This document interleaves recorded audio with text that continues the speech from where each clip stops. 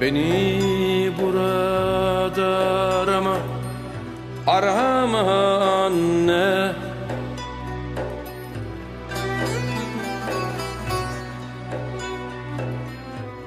Kapıda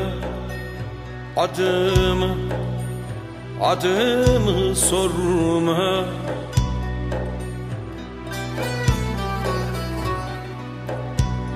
Saçlarına yıldız düşmüş, koparma anne, ağlama.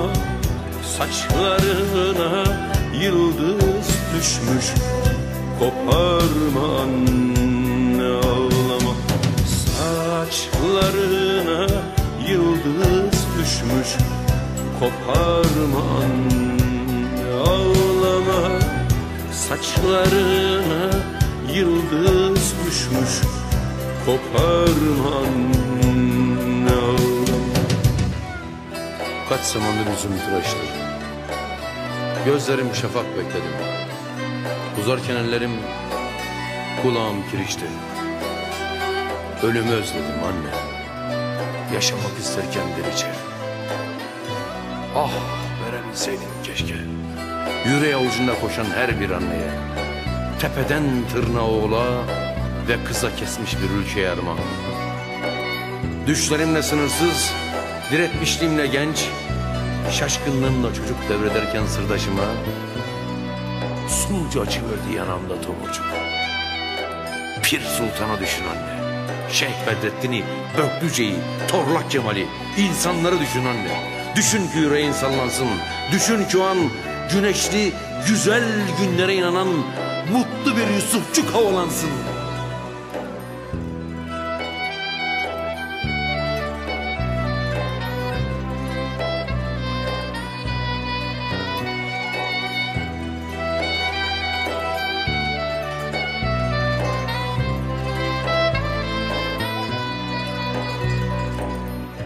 Beni burada arama, arama anne.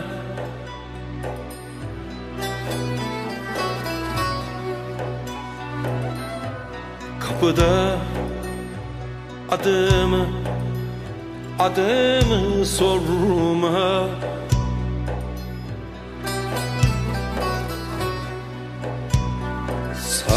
Saçlarına yıldız düşmüş, koparma anne, ağlama. Saçlarına yıldız düşmüş, koparma anne, ağlama. Saçlarına yıldız düşmüş, koparma anne, ağlama. Saçlarına yıldız düşmüş, koparma anne, ağlama. Yani benim güzel annem, Alaşafağımda ülkemin yıldız uçurmak varken oturup yıldızlar içinde kendi bulup kanımıştım. Ne garip duygu şu ölmek. Öptüğüm kızlar geliyor aklıma. Bir açıklaması vardır elbet giderken dar ağacına. Geride masa üstünde boynu bükük kaldı kağıt kalem. Bağışla beni güzel annem, oğul tadında bir mektup yazamadım diye kızma bana. Elleri değsin istemedim, gözleri değsin istemedim. Ağlayıp toplayacaktın, belki bir ömür taşıyacaktın koynunda. Yaşamak ağrısı asıldı boynuma. Oysa türkü tadında yaşamak isterdim.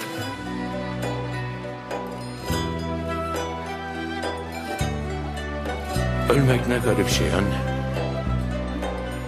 Bayram kartlarının tutsaklığından aşırıp bayramı sedef kakmalı bir kutu içinde vermek isterdim çocukların eline.